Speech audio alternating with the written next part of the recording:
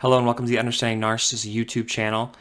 In this video, I want to answer a sort of, if anything, self-criticism, self-critique of the whole narcissistic model, where we attempt to identify certain individuals, narcissists, who fit a pattern of behavior, and then from there, try to generalize that pattern to a set of principles that allow us to model it, and then therefore kind of predict and identify what a narcissist will do, or identify and then predict. But the question then becomes, do these principles really embody a whole set of behaviors? Do they describe a set of behaviors that you could attribute to narcissists, and that as a whole accurately describe narcissism within this model?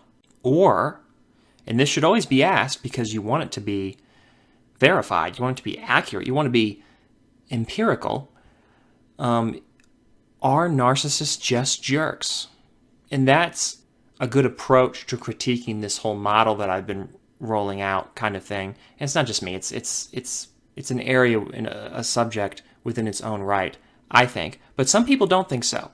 To really encompass both viewpoints and try to answer that question of, is narcissism real? Or are some people just jerks and we're attributing certain behaviors that they may or may not have? Even if they demonstrate it, how do we know how accurate it really is? And does narcissism even, if it goes so far as to say, does it even really exist? I like to think of it as, is there a pattern of behaviors? Are there a few signs of narcissists that you can then use to extrapolate this whole working complex in their mind that accurately describes, a distinct set of people within the population who are narcissists? You can call it whatever you want. It happens to be the closest term, the most accurate word I can find is narcissism.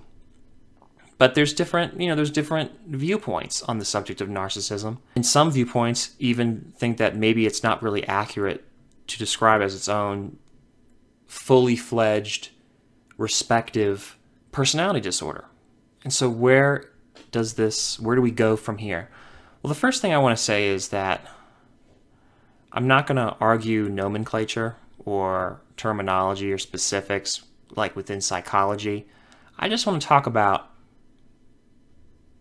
the behavior, what the behavior might mean internally for narcissists on the behavioral level, not like a physiological level, not concerned with what's actually going on in their minds, even though that would naturally hold all of the answers to our questions. We're not quite there yet.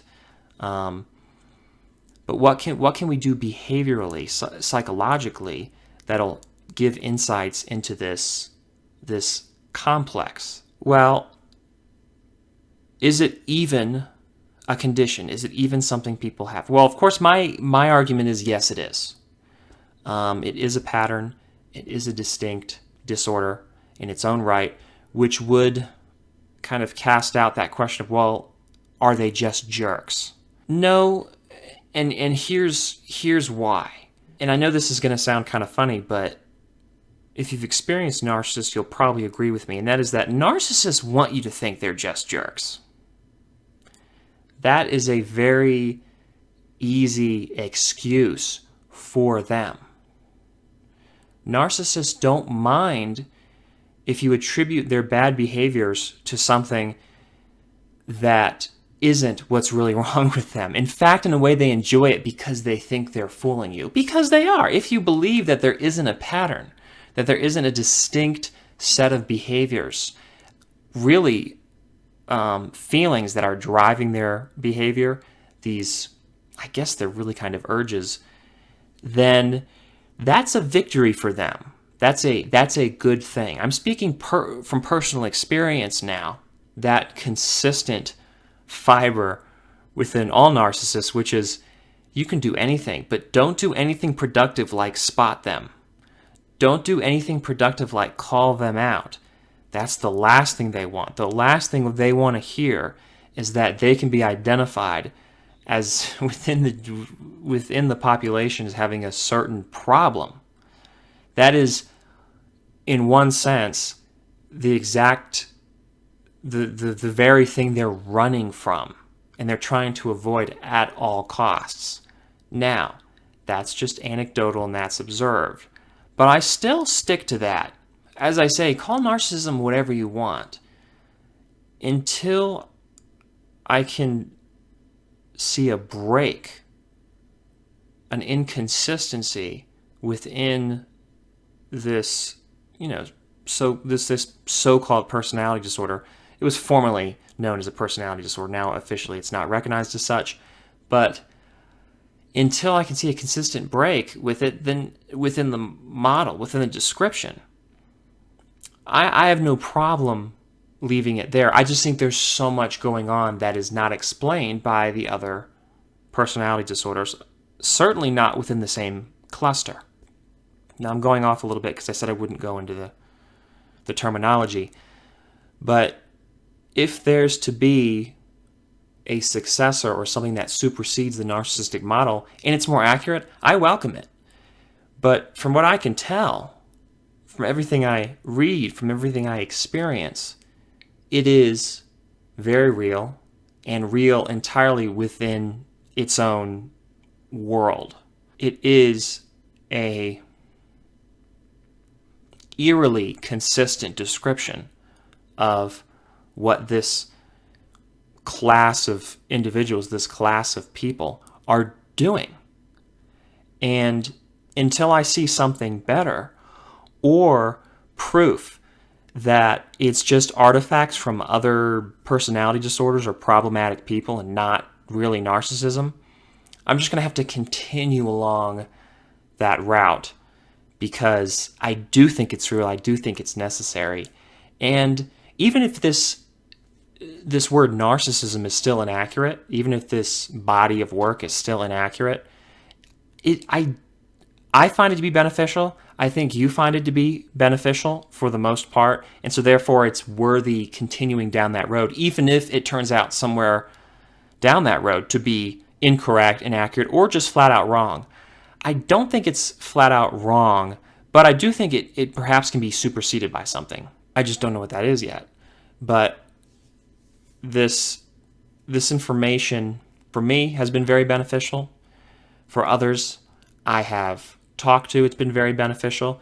It seems to be a growing area of concern, which I'm happy to see because it's something that's really paramount, just day-to-day living. Like, it really helps to be able to spot manipulative and emotionally abusive people. These are the people that kind of get to hide away within the general population for a number of reasons, and yet they do just untold harm. And so I think it's really important to call them out. Really, more importantly, to inform you and to encourage you to inform yourself, rather, so that you can protect yourself from it. And I just think that's a really big deal. And, well, hopefully you agree with me. If not, that's okay.